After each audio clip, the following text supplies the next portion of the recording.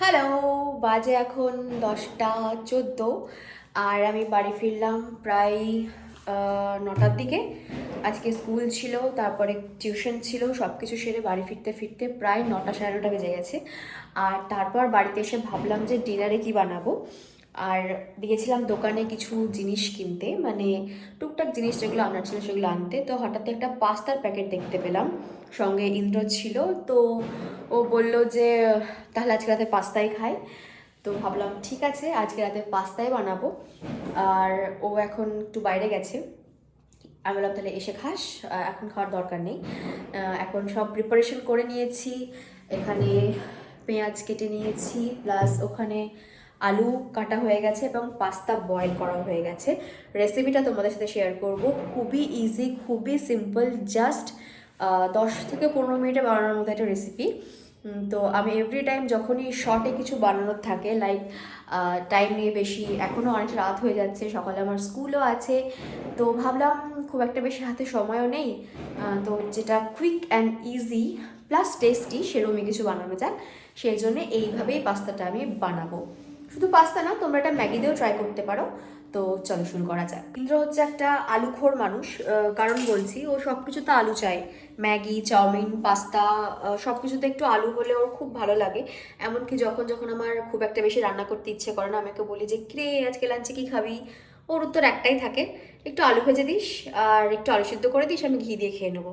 তো ঠিকই আছে, কোনো ব্যাপার না। আর আজকে আমি যখন বললাম ঠিক আছে পাস্তা বানাচ্ছি, একটু আলু দিস পাস্তাতে, কিন্তু আমি ভাবছিলাম, আমি ওকে বললাম যে পাস্তাতে আলু কে খায়, একটু দিস, কোনো কিছু হবে না, ভালো লাগবে খেতে। তো সেই জন্যে ইন্দ্র রিকোয়ারমেন্টে আমি আলু দিয়ে পাস্তা বানাবো। তোমরা চাইলে এটা স্কিপ করতে পারো। আর ভেজিটেবল আমি এখন কিচ্ছু কাটিনি, কিচ্ছু রেডি করিনি, তার কারণ টাইম, সময় বাঁচানোর জন্য শুধু আলু, পাস্তা আর ডিম আছে, আর তার সঙ্গে পাস্তা মশলা। দেখতে থাকো, খুবই ইজি, খুবই ইজি। কড়াইটা এত গরম হয়ে গেছে যে আমি গ্যাস অফ করে দিয়েছি। কালো হয়ে যাচ্ছে। পেঁয়াজটা দিয়ে দিই। গ্যাস কিন্তু বন্ধ, কিন্তু তাও মানে তেল গরম আছে। যদি পেঁয়াজটা বাই চান্স পুড়ে যায়, ঝট করে দেওয়ার জন্যে, সেই জন্য গ্যাসটা বন্ধ করে দিয়েছি। এবার জ্বালিয়ে দিই।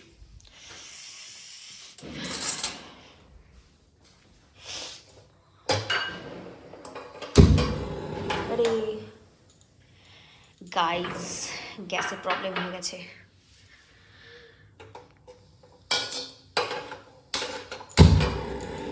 শিট, গ্যাসে আবার প্রবলেম হয়ে গেছে। One more time. কড়াটা কি নামিয়ে রাখবো?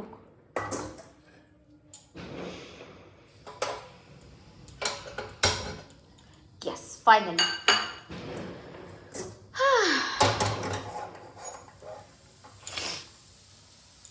ওকে, খুন্তি।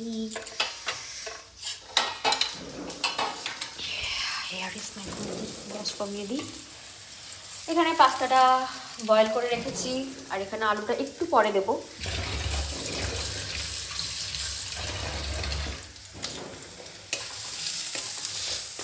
পেঁয়াজটা ফার্স্টে একটু ব্রাউন করে ফ্রাই করে নেব।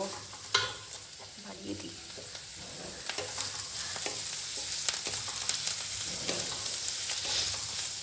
একটু জিরে দিতে হতো ফার্স্টে, বাট আমি জিরেটা খুঁজে পেলাম না। ব্যাস, পেঁয়াজটা মোটামুটি ভাজা হয়ে গেছে। এবার আলুগুলো দিয়ে দিচ্ছি।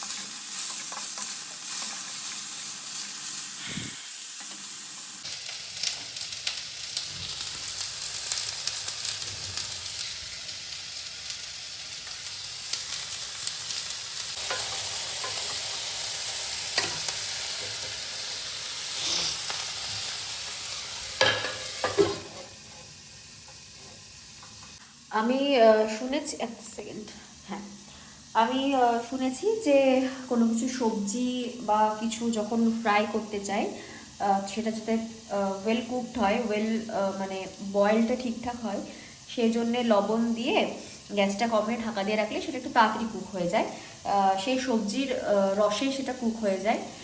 তো সেটা আমি অ্যাপ্লাই করি। আর অবশ্যই এটা খুব টাইম বাঁচায়, বেশিক্ষণ সময় লাগে না কুক হতে। আর একটা জিনিস, পাস্তাটা যেটা আমি বয়েল করে রেখেছি দেখলে, সেটা বয়েল করার পর, এটা পাস্তা হোক, ম্যাগি হোক, চাউমিন হোক, আমি যখনই যাই বানাই না কেন, বয়েল করার পর সেটা একটু ঠান্ডা জলে ধুয়ে রাখি, কারণ জিনিসটা যাতে ঠান্ডা হয়ে যায়, নাহলে ওটা ভেতর ভেতর কুক হতে থাকে।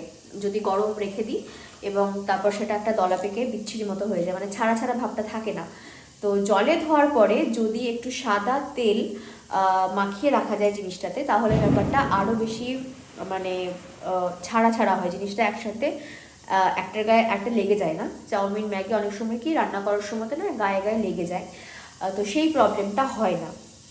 এটা আমি শিখেছি আমার মায়ের কাছ থেকে, যে চাউমিন, ম্যাগি, পাস্তা যেটাই করি না কেন, বয়েল করার পর ঠান্ডা জলে ধুয়ে নিলে জিনিসটা ঠান্ডা হয়ে যাচ্ছে, এবং তারপর তাতে 2 চামচ সাদা তেল মাখিয়ে রাখলে জিনিসটা গায়ে গায়ে লেগে যায় না। সো এটা খুব ভালো একটা কার্যকরী টিপস, চাইলে তোমরা অ্যাপ্লাই করতে পারো। আমার কাছে 2টো ডিম ছিল, তো ডিমগুলো দিয়ে দিলাম, বাস। আর এতে কিছু দেওয়ার নেই সেই ওরকম অর্থে, একটু জাস্ট মশলা দেব আর সস। ডিমটা একটু ফ্রাই হয়ে যাওয়ার পর বয়েলড পাস্তাটা এতে দিয়ে দেবো।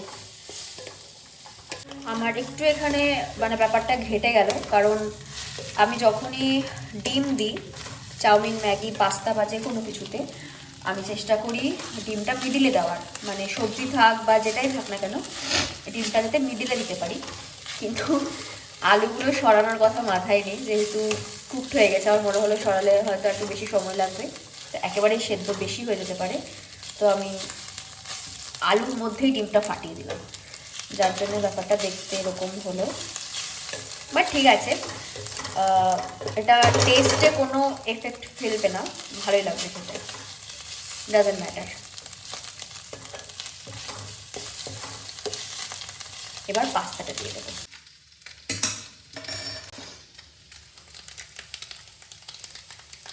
একটু জল জমে আছে, দ্যাটস ইট।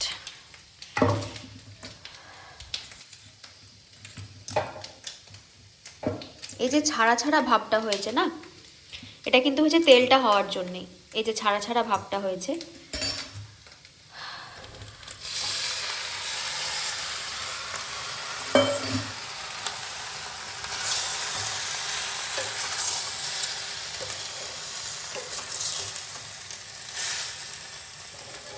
আমি এখানে 2 রকম পাস্তা দিয়েছি, তোমরা মেবি দেখতে পাবে, যেটা একটা লম্বা হয় পাইপের মতো, আর একটা স্প্রিং। ম্যাকারনিটাও ছিল, বাট ম্যাকারনিটা আনলাম না, ইন্দ্র বলল এটা এই দুটোই নেব, আর দুটো মিক্স করেই বানিয়ে দিলাম, ব্যাস। এটা আর বিশেষ কিচ্ছু দেওয়ার নেই। সো আমার মা ফোন করেছিল এক্ষুনি, আর সেই জন্য আমি মায়ের সাথে ফোনে কথা বলতে বলতে রান্নাটা ম্যাক্সিমাম শেষই করে ফেলেছি, ভিডিও ফুটেজ নিইনি। তো তোমাদের দেখিয়ে দিচ্ছি যে কি কি দিলাম এটাতে। ফার্স্টে ওটা ফ্রাই করে নিলাম কিছুক্ষণ, তারপর এই ম্যাগি মশলা, এটা আমি 2 প্যাকেট দিয়েছি, আর দিয়েছি সানরাইজের পাস্তা মশলাটা, দ্যাটস ইট। এই 2 প্যাকেট ম্যাগি মশলা আর 1 প্যাকেট পাস্তা মশলা, তার সঙ্গে একটু টমেটো কেচাপ, এটা দিয়ে ফ্রাই করে নিলেই ডান। ফ্রাই তাও বেশিক্ষণ করতে হবে না, ম্যাক্স টু ম্যাক্স 2 থেকে 3 মিনিট, তাহলেই মানে পাস্তাটা ফ্রাই হওয়া অবধি মশলার সাথে আর কেচাপের সাথে, তাহলেই ডান। প্যাকেট তখন দিয়েছিলাম আর একটা প্যাকেট এখন দিয়ে দিচ্ছি। ইন্দ্র আবার একটু মশলা বেশি পছন্দ করে, ম্যাগিতে, পাস্তাতে, সব কিছুতেই। এইটা হচ্ছে ফাইনাল আমার রান্নাটা।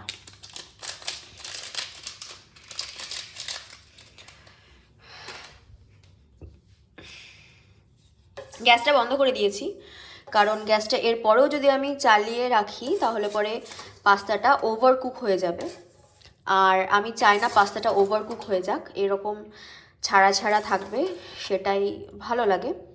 আর একটু কাঁচা লঙ্কা কুচি দিয়েছি গোটা গোটা, দেখতে পাচ্ছ, কারণ প্রথমে দিইনি। কাঁচা লঙ্কাগুলো একেবারে যদি ভ্যানিশ হয়ে যায় রান্নার মধ্যে এবং তাহলে ঝালটা খুব বেশি হয়ে যাবে। ইন্দ্র একদম অতটা স্পাইসি খেতে পারে না। গোটা গোটা দিই যাতে চোখে পড়ে, আর ও সেগুলো ওর পাতে লঙ্কা পড়লে ও সেটা আমাকে তুলে দিতে পারে, সেই জন্য, আর কিচ্ছু না। ব্যাস, ডান। ম্যাক্সিমাম আমার 10 থেকে 15 মিনিট লেগেছে। আলু ফ্রাই হওয়ার টাইমটুকুই যা লাগে, যদি আমি আলু না দিতাম এতক্ষণ সময় লাগতো না। আমি এটা ঢাকা দিয়ে রেখে দিলাম, আর এখন খাবো না, খাওয়ার আগে আরেকবার গরম করব। ইন্দ্র ব্যাডমিন্টন খেলতে গেছে, ও আসবে আর ঢুকে যাবে, সময় হয়ে গেছে প্রায়। হ্যাঁ, আর কিছুক্ষণের মধ্যে ঢুকবে।